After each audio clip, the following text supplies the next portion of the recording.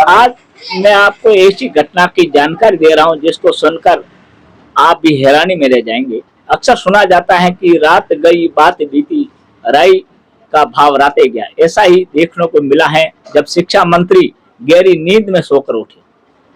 जब शिक्षा मंत्री को ये हाल है तो दूसरों पर दोष देने पर कोई औचित्य नहीं है। जी हाँ, बात कर रहा हूँ राजस्थान पाठ्य पुस्तक की 12वीं कक्षा की, जिसमें सामाजिक विज्ञान की आजादी के पश्चात स्वर्ण अमित भारत की एक पुस्तक है, जिसमें आजादी के बाद जितने भी प्रधानमंत्री हुए हैं उनका विवरण उस पुस्तिका में है।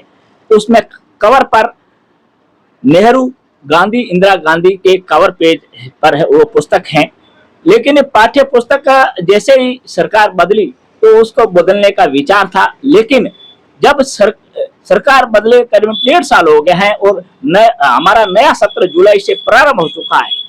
यह पुस्तकें करीबन 4.5 लाख से ऊपर छप चुकी थी तथा इनको 80% का वितरण भी हो चुका था। लेकिन अब शिक्षा मंत्री ये कह रहे हैं कि ये पाठ्य पुस्तकें गलत हैं। जो उसका कारण ये बताया गया कि इसमें हमारे देश के जो 12 साल के प्रधानमंत्री रहे हैं आदरणीय मोदी जी का कोई भी जिक्र बहुत ही कम शब्दों में किया गया है, इसलिए इस पुस्तक को वापस बदलने का विचार किया है तथा कांग्रेस की जो पोथी थी वो अब हम नहीं पढ़ाएंगे। लेकिन एक प्रश्न उठता है, क्या कांग्रेस और बीजेपी का, जब हमारे देश के प्रधानमंत्री जब जो भी होता है वो देश का प्रधानमंत्री होता है, अगर जो इस देश के प्रधानमंत्री अभी 12 साल में मोदी जी का है उनका जिक्र बहुत कम किया गया, तो ये पहले जब शिक्षा सत्र शुरू हुआ उससे पहले भी आपको बदलने का था।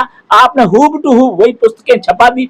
अब जाकर ये कह रहे हो जब पूरी पुस्तकें 80% से वितरण हो चुकी है, अब कह रहे हैं हम पाठ्य पुस्तकें नहीं छपाकर वापिस उसको हम वितरण करवाएंगे। तो ये इस प्रकार का अगर आप जब हमारी मैकाले शिक्षा नीति थी उसके कई ऐसे पाठ है उनको भी नहीं बदला गया है। लेकिन जब अब आप बदलने की सोच रहे हो तो आपने जो पिछली ग्रीष्म अवकाश था उसमें क्या किया, और जब जो हूब टू हूब आपको छपानी थी तो वापस बदलने का क्या उचित है। मैं इस चैनल के माध्यम से सरकार का ध्यान आकर्षित करना चाहता हूं कि कोई भी चीज छापने से पहले 10 बार विचार करो। उसको अगर एक कमेटी द्वारा जब गठित की गई है तो वापस रिव्यू क्यों नहीं किया जाता है।